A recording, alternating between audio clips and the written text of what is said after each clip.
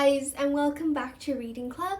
So today I'm going to read you Harry Potter and the Sorcerer's Stone, Chapter 12. Chapter 12, The Mirror of Erised. Christmas was coming. One morning in mid-December, Hogwarts woke to find itself covered in several feet of snow. The lake froze solid, and the Weasley twins were punished for watching several snowballs so that they followed Quirrell around, bouncing off the back of his turban. The few owls that managed to battle their way through the stormy sky to deliver mails had to be nursed back to health by Hagrid before they could fly off again. No one could wait for the holidays to start. While the Gryffindor common room and the great hall had roaring fires, the drafty corridors had become icy, and a bitter wind rattled the windows in the classrooms. Worst of all was Professor Snape's classes down in the dungeons, where their breath rose in a mist before them, and they kept as close as possible to their hot cauldrons. "I do feel sorry," said Draco Malfoy, one potion class, "for all those people who have to stay at Hogwarts for Christmas because they're not wanted at home." He was looking over at Harry as he spoke. Crabbe and Goyle chuckled.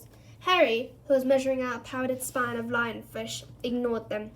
Malfoy had been even more unpleasant than usual since the Quidditch match. Disgusted that the Slytherins had lost, he had tried to get everyone laughing at how a wide-mouthed tree frog would be replacing Harry as Deacon next. Then he'd realized that nobody found this funny, because they were all so impressed at the way Harry had managed to stay on his buckling broomstick. So Malfoy, jealous and angry, had gone back to taunting Harry about having no proper family. It was true that Harry wasn't going back to Privet Drive for Christmas. Professor McGonagall had come around the week before, making a list of students who would be staying for the holidays, and Harry had signed up at once. He didn't feel sorry for himself at all. This would probably be the best Christmas he'd ever had. Ron and his brothers were staying too, because Mr. and Mrs. Weasley had gone to Romania to visit Charlie. When they had left the dungeons at the end of potions, they found a large fir tree blocking the corridor ahead. Two enormous feet sticking out of the bottom, and a loud puffing sound told them that Hagrid was behind it. "Hi, Hagrid. Want any help?" Ron said, sticking his head through his branches. "Nah, I'm all right, thanks, Ron." "Would you mind moving out of the way?" said Malfoy's cold, droll voice behind him.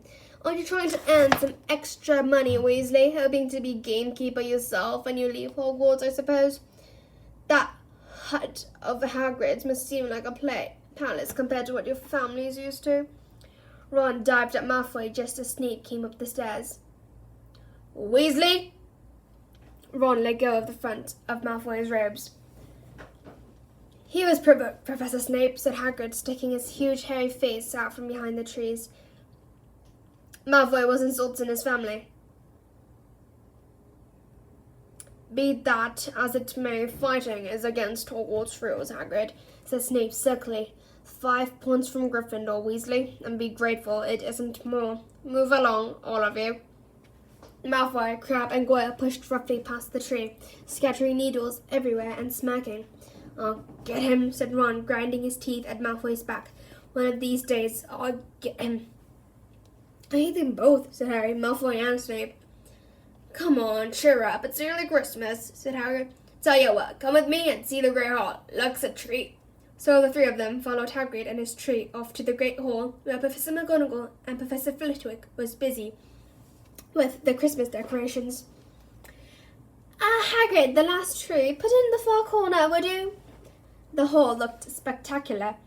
Festoons of holly and mistletoe hung all around the walls, and no less than 12 towering Christmas trees stood around the room, some sparkling with tiny icicles, some glittering with hundreds of candles.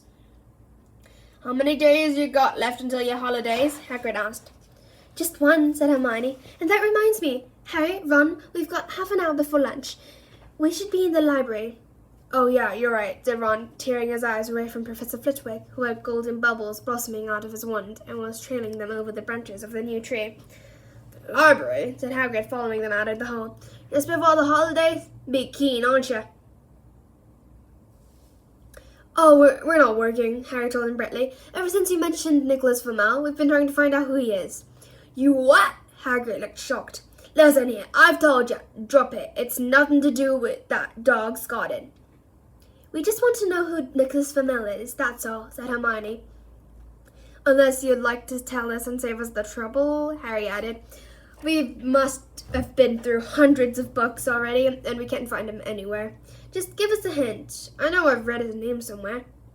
I'm saying nothing, said Hagrid flatly. Just have to find out for ourselves then, said Ron, and they left Hagrid looking disgruntled and hurried off to the library.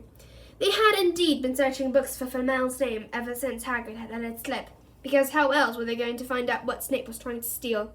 The trouble was, it was very hard to know where to begin, not knowing what Flamel might have done to get himself into a book. He wasn't in Great Wizards of the 20th century or notable magical names of our time.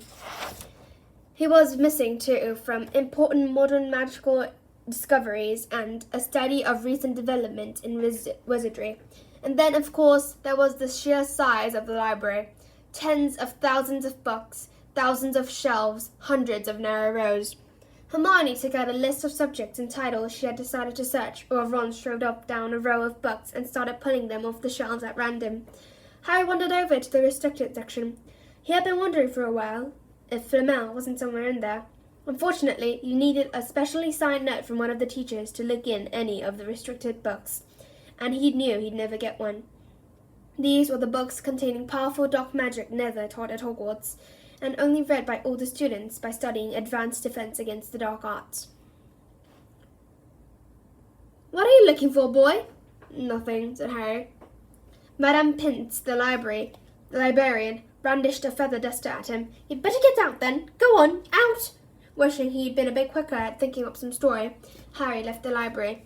He, Ron, and Hermione had already agreed they'd better not ask Madame Pince where they could find Flamel. They were sure she'd be able to tell them, but they couldn't risk Snape hearing what they were up to. Harry waited outside in the corridor to see if the other two had found anything, but he wasn't very hopeful. They had been looking for 2 weeks after all, but as they only had odd moments between lessons, it wasn't surprising they found nothing. What they really needed was a nice long search without Madame Pince breathing down their necks. 5 minutes later, Ron and Hermione joined him, shaking their heads. They went off to lunch.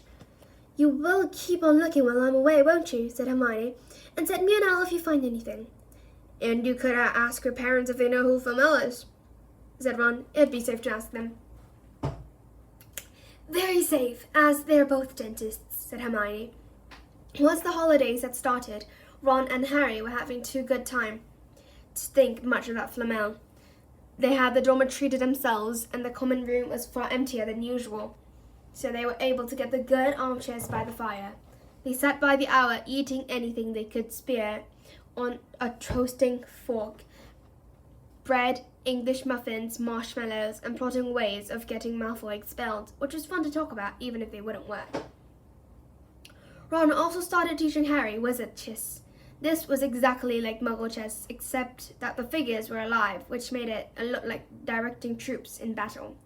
Ron's set was very old and battered. Like everything else he owned, it had once belonged to someone else in his family. In this case, his grandfather. However, old chessmen weren't a drawback at all. Ron knew them so well, he never had trouble getting them to do what he wanted. Harry played with chessmen Seamus Finnegan had let him, and they didn't trust him at all. He wasn't a very good player yet, and they kept shouting different bits of advice at him, which was confusing.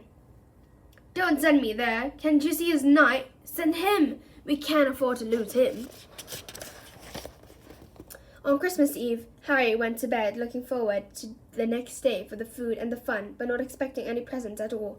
When he woke early in the morning, however, the first thing he saw was a small pile of packages at the foot of his bed. Merry Christmas, said Ron, sleepily as Harry scampered out of bed and pulled on his bathrobe. You too, said Harry. Will you look at this? I've got some presents. What do you expect? Turnips? Said Ron, turning to his own pile, which was a lot bigger than Harry's. Harry picked up the top parcel. It was wrapped in thick brown paper, and scrawled across it was, To Harry from Hagrid. Inside was a roughly cut wooden flute. Hagrid had obviously witted it himself. Harry blew it. It sounded a bit like an owl. A very small parcel contained a note. We received your message and enclosed your Christmas present from Uncle Vernon and Aunt Petunia. Tapped to the note was a 50-pence piece. That's friendly, said Harry. Ron was fascinated by the 50 pence. Weird, he said. What a shape. This is money? You can keep it, said Harry, laughing at how pleased Ron was. How good are my aunt and uncle? So who sent these? I think I know who that one's from, said Ron, turning a bit pink and pointing to a lumpy parcel. My mom. I told her you didn't expect any presents and... Oh no, he groaned. She's made you a Weasley sweater. Harry had torn open the parcel to find a thick, hand-knitted sweater in emerald green and a large box of homemade fudge. Every year she makes us a sweater, said Ron, unwrapping his own, and mine's always maroon. That's really nice of her, said Harry, trying the fudge, which was very tasty. His next present also contained candy, a large box of chocolate frogs from Hermione. This only left one parcel. Harry picked it up and felt it. It was very light. He unwrapped it. Something fluid and silvery grey went slipping to the floor where it lay in gleaming folds. Ron gasped. I've heard of those, he said in a hushed voice, dropping the box of every flavoured beans he got from Hermione. If that's what I think it is, they're really rare and really valuable. What is it? Harry picked up the shining, silvery cloth off the floor. It was strange that it touched like water woven into material. It's an invisibility cloak, said Ron, a look of awe on his face. I'm sure it is. Trying one. Harry threw the cloak around his shoulder and Ron gave a yell. It is! Look down! Harry looked at his feet, but they were gone. He dashed to the mirror. Sure enough, his reflection looked back at him, just his head suspended in midair, his body completely invisible. He pulled the cloak over his head, and his reflection vanished completely. There's a note, said Ron suddenly. A note fell out of it. Harry pulled off the cloak and seized the letter. Written in narrow, loopy writing he had never seen before were the following words. Your father left this in my possession before he died.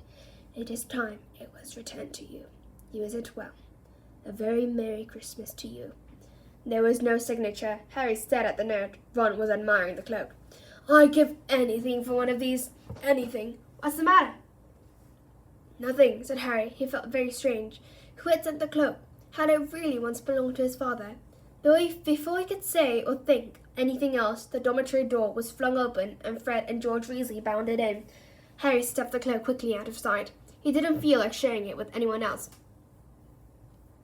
Hey, look! Harry looked. Harry's got a Weasley sweater too! Fred and George were wearing blue sweaters, one with a large yellow F on it, the other a G. Harry's is better than ours, though, said Fred, holding up Harry's sweater. She obviously makes more of an effort if you're not family. Why aren't you wearing yours, Ron? George demanded. Come on, get it on. They're lovely and warm. I hate maroon, Ron moaned half-heartedly as he pulled it over his head. You haven't got a letter on yours, George observed. I suppose she thinks you don't forget your name. But we're not stupid. We know we're called Dread and Forge. What's all this noise? Percy Weasley stuck his head through the door, looking disapproving. He had clearly gotten halfway through unwrapping his presents, as he, too, carried a lumpy sweater over his arm, which Fred seized. P for prefect. Get it on, Percy. Come on, we're all wearing ours. Even Harry's got one. I don't want, said Percy thickly, as the twins forced the sweater over his head, knocking his glasses askew. And you're not sitting with the prefect today either, said George. Christmas is a time for family. The frog marched Percy from the room, his arms pinned to his side by his sweater. Harry had never in all his life had such a Christmas dinner. 100 fat roast turkeys, and mountains of roast and boiled potatoes, platters of chipolatas, tureens of buttered peas, silver boats of thick, rich gravy and cranberry sauce, and stacks of wizard crackers every few feet along the table. These fantastic party flavors were nothing like the feeble muggle ones the Durslys usually bought, with their little plastic toys and their flimsy paper hats inside. Harry pulled a wizard cracker with Fred, and it didn't just bang. It went off with a blast like a cannon and engulfed them all in a cloud of blue smoke, while from the inside exploded a rear admiral's hat and several live white mice. Up at the high table, Dumbledore had swapped his pointed wizard hat for a flowered bonnet and was chuckling merrily at a joke Professor Flitwick had just read him. Flaming Christmas puddings followed the turkey. Percy nearly broke his teeth on a silver sickle embedded in his slice. Harry watched Hagrid getting redder and redder in the face as he called for more wine, finally kissing Professor McGonagall on the cheek, who, to Harry's amazement, giggled and blushed, her top hat lopsided. When Harry finally left the table, he was laden down with a stack of things out of the crackers, including a pack of non-explodable luminous balloons, a grow-your-own Watts kit, and his own new wizard chess set.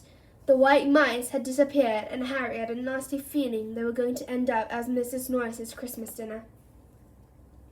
Harry and the Weasleys spent a happy afternoon having a furious snowball fight on the grounds. Then, cold, wet, and gasping for breath, they returned to the fire in the Gryffindor common room, where Harry broke in his new chess set by losing spectacularly to Ron. He suspected he wouldn't have lost so badly if Percy hadn't tried to help him so much.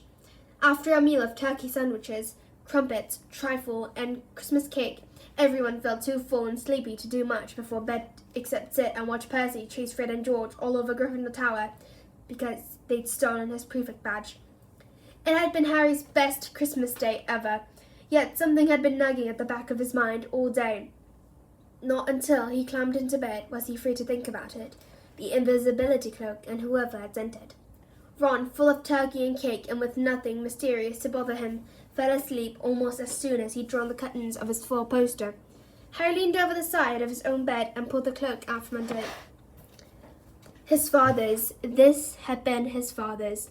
He let the material flow over his hands, smoother than silk, light as air. Use it well, the note had said. He had to try it now. He slipped out of bed and wrapped the cloak around himself. Looking down at his legs, he saw only moonlight and shadows. It was a very funny feeling. Use it well. Suddenly, Harry felt wide awake.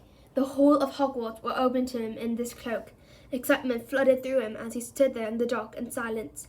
He could go anywhere in this, anywhere, and Filch would never know. Ron grunted in his sleep. Should Harry wake him, something held him back. His father's cloak. He felt that this time, the first time, he wanted to use it alone. He crept out of the dormitory, down the stairs, across the common room, and climbed through the portal. "Who's there?" squawked the fat lady. Harry said nothing.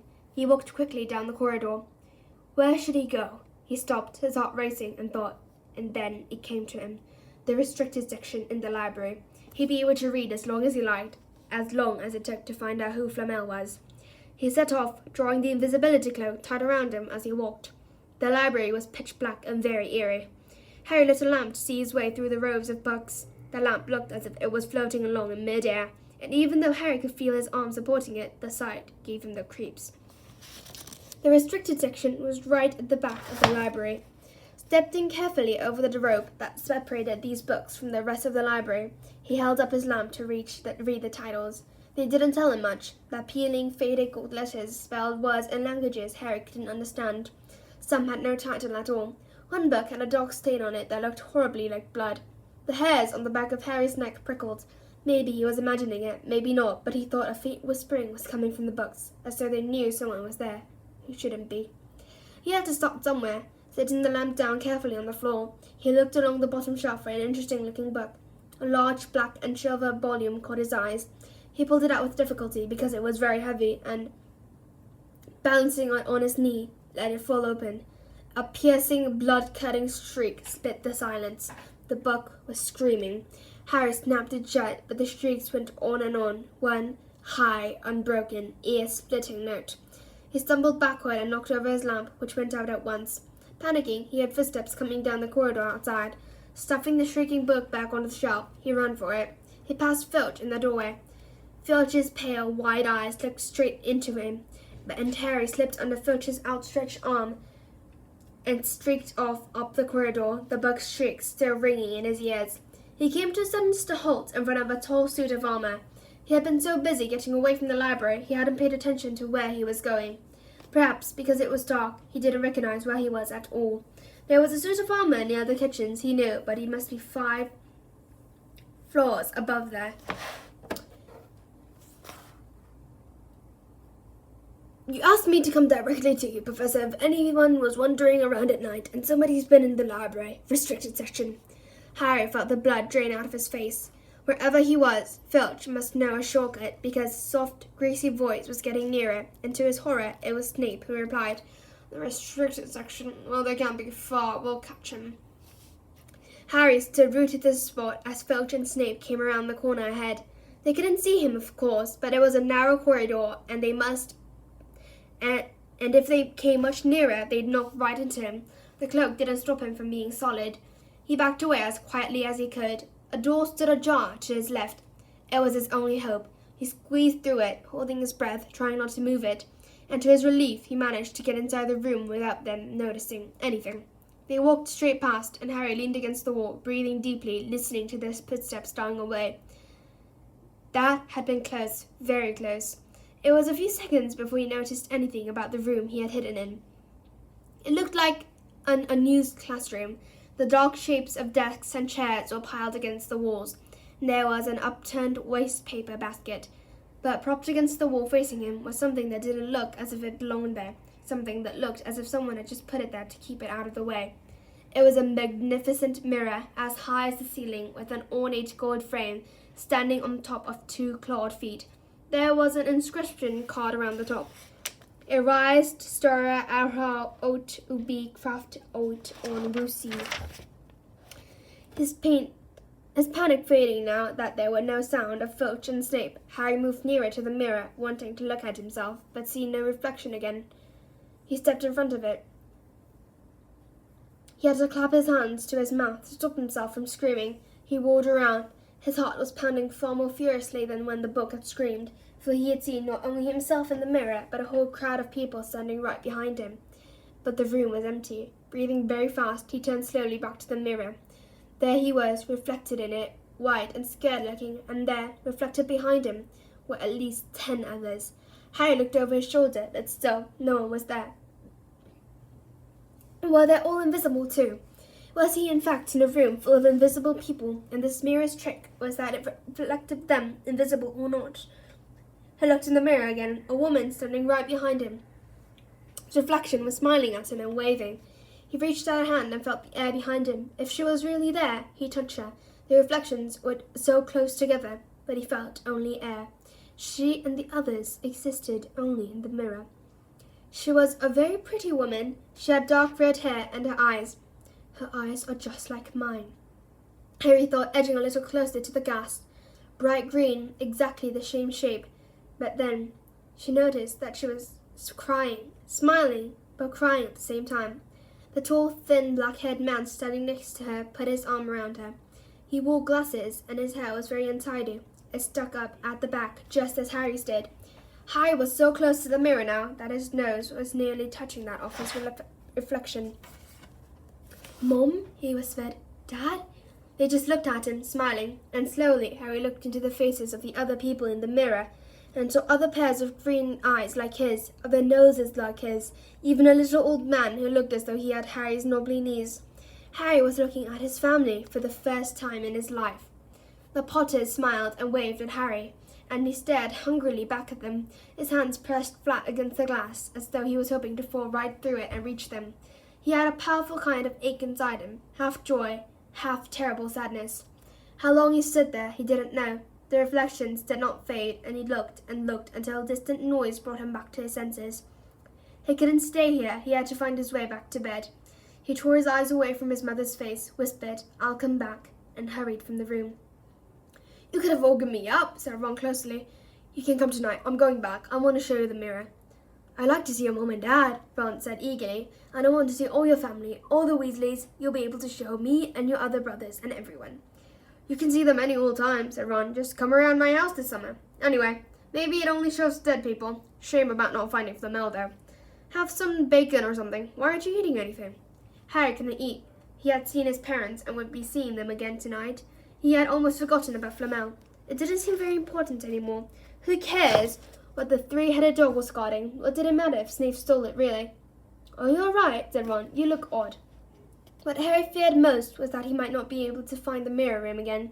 With Ron covered in the cloak too, they had to walk much more slowly the next night. They tried retracing Harry's route from the library, wandering around the dark passageway, for nearly an hour. "I'm freezing," said Ron. "Let's forget it and go back." No, Harry hissed. I know it's here somewhere. They passed the ghost of a tall witch gliding in the opposite direction, but saw no one else. Just as Ron started moaning that his feet was dead and with cold, Harry spotted the suit of armor. It's here, just here. Yes! They pushed the door open.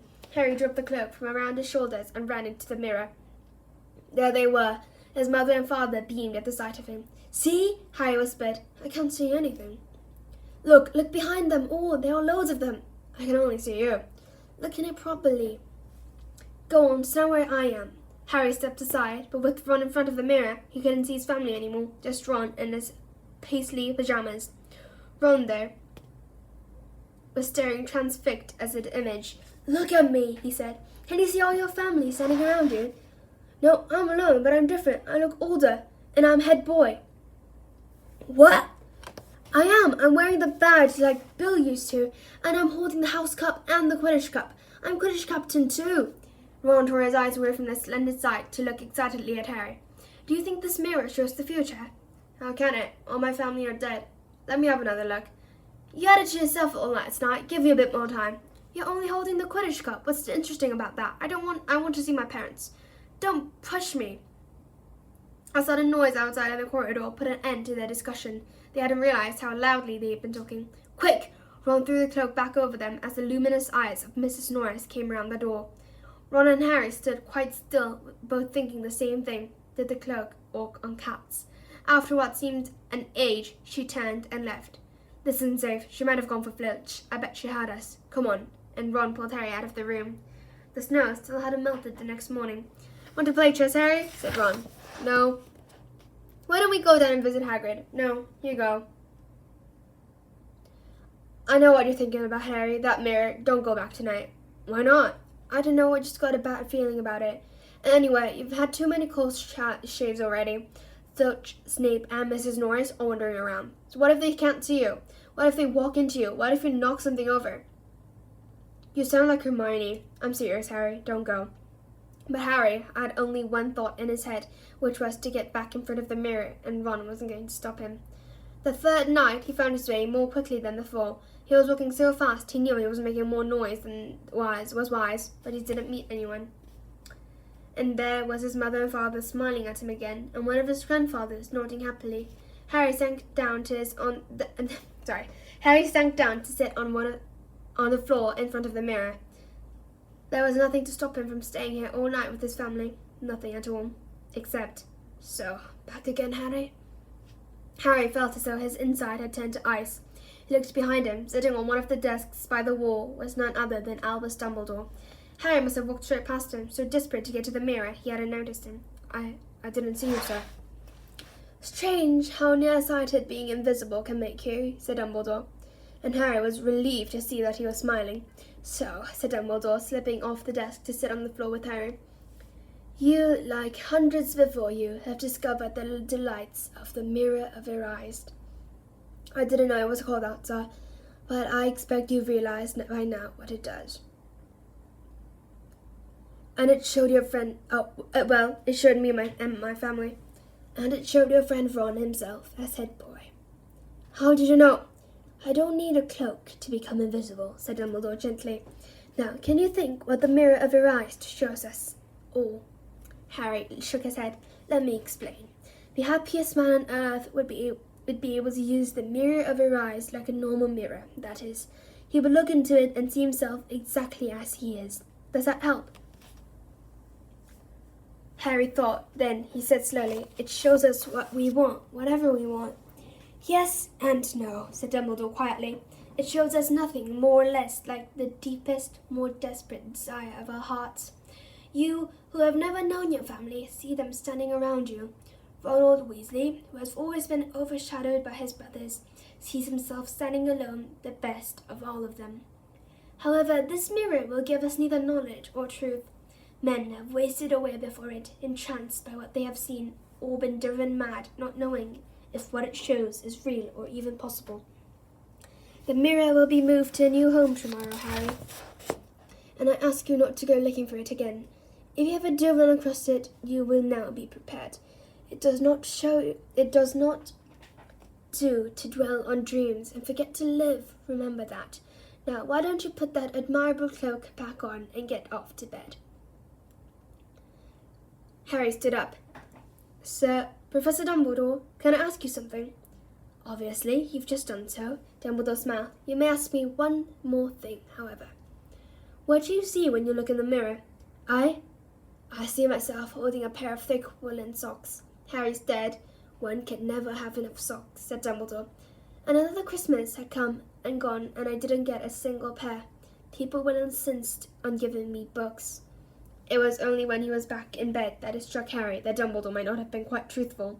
But then, he thought, as he shoved Scabbers off his pillow, it had been quite a personal question.